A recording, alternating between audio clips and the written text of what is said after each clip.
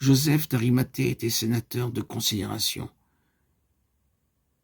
Il attendait le règne de Dieu. Très probablement, il fut l'un des disciples secrets du Maître. Il siégeait au Sanhédrin lorsque le Christ y fut condamné. Et nous voyons dans l'évangile de Luc qu'il s'est opposé à cette condamnation, Luc 23, 51-53. Comme Pilate, lors de la comparution du saint et du juste, il dut s'étonner du silence de l'accusé et protester sans doute que Jésus n'avait rien fait qui fût digne de mort. N'ayant pu soustraire le Christ à la haine des Juifs et au supplice infamant, Joseph d'Arimathée va trouver Pilate pour lui demander le corps de Jésus. Si jusqu'alors il avait craint de s'avouer disciple du Christ, maintenant il ne tremble plus. On lui remet le corps qu'il enveloppe dans un linceul et dépose dans un sépulcre neuf taillé en plein roc. Son sépulcre, le sépulcre du riche. On lui avait assigné sa sépulture avec les méchants, mais dans sa mort, il a été avec le riche.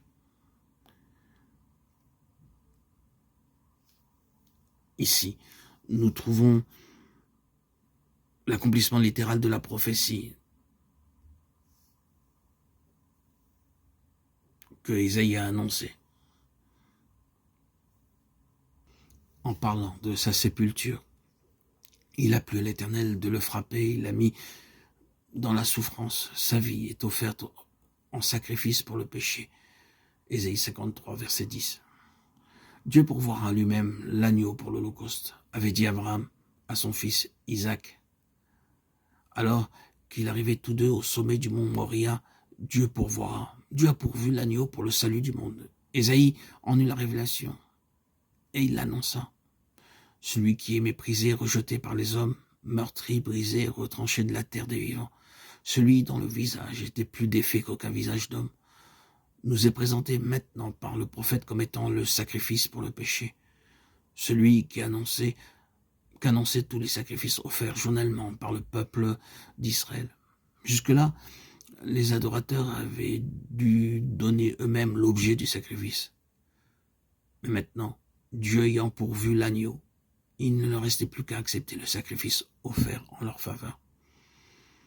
Celui qui a poussé comme un faible arbrisseau devant l'Éternel et brisé de par la volonté souveraine de Dieu, il a plu à l'Éternel de le frapper, il l'a mis dans la souffrance. Oh, abîme que nous ne pouvons sonder, abîme de justice, abîme d'amour.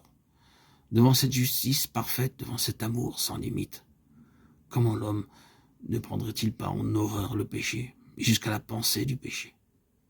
Comment ne haïrait-il pas ce péché qui dressa la croix et y cloua le saint et le juste, bien plus sûrement encore que ne le firent les soldats romains?